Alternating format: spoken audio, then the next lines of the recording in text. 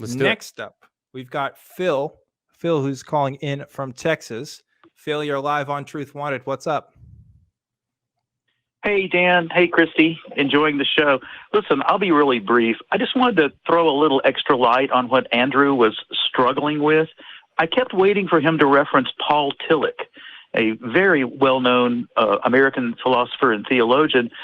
In his attempt to define religion can be kind of a slippery thing to get all under the same umbrella. It's like jazz. If you tell some people that Dixieland is jazz, they'll punch you in the nose. They'll say, no, it's not jazz. So Paul Tillich was a German-born theologian, born in 1885, fled Germany in the early 30s. He came out of school as a Lutheran cleric and was a what do you call the military chaplain? He was a chaplain in World War I, and wrote a number of books. And his all-inclusive kind of big umbrella definition of religion was, quote, ultimate concern. And I kept waiting for Andrew. I thought, oh, he's read Paul Tillich. He's going to say something about Paul Tillich. Well, he hadn't, obviously. He arrived at his definition independently because ultimate concern is nuanced and complicated.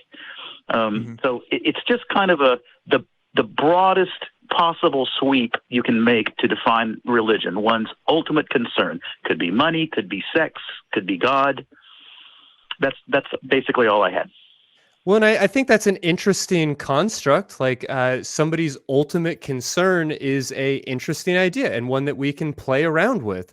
But to conflate that with religion, and I appreciate that definition and where it's coming from and why that might have like some value in a very specific philosophical conversation, but to just sort of casually throw that definition around when that's not what we're really talking about when we use the word religion, it feels like it is just missing the point. I do appreciate your clarification there, though, Phil.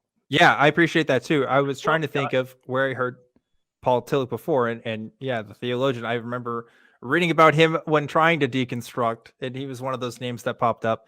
What I want to add to this conversation is when I was a Christian, Christy, you probably heard this too. There was this phrase that went around that said, everybody is a slave to something. Did you ever hear that? Oh, yeah, all the time. All the time, right?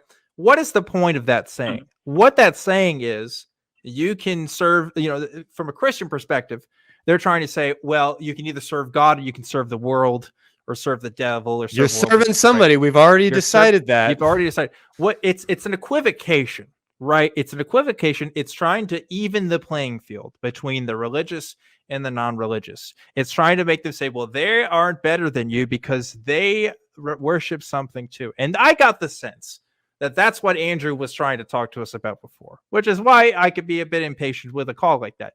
To explore a historical or philosophical definition of what religion could be, that's one thing, right? It's another thing to say, well, you guys are just as bad, just as guilty as the things that you guys talk about every single week. That I think was what was more going on, right? It was more sort of a criticism. And to that, I have to say, look, we're people too. We have conversations. I mean, we exist and have opinions because we're temporal beings who live in the world, and so we think thoughts.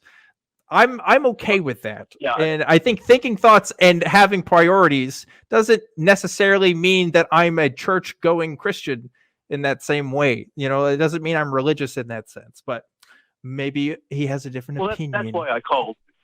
Because Andrew totally misrepresented and bastardized Paul Tillich's ultimate concern. It's a lot more nuanced and complicated than that. Sure. The guy was a brilliant theologian and philosopher, and he really misstated the point. But that's all I had. I just wanted to point and send somebody back to Paul Tillich because he's still widely studied and widely read. He was a fascinating theologian and contributed ideas that are still used widely in seminaries today. Well, thanks to my reading list. Yeah, thanks so much. Tip. Appreciate that. Short and sweet. I like it. And yeah, it's a great point, right? And ultimately, any definition we come to of religion, just to point this out, is going to be made by humans. So it is subjective. I mean, if you want to go that deep with the whole subjective thing, listen, I've read too much postmodern philosophy, okay, to have somebody call in and tell me that everything I'm saying is subjective, like I don't already know that. Right. Okay? Seriously. Like, come on.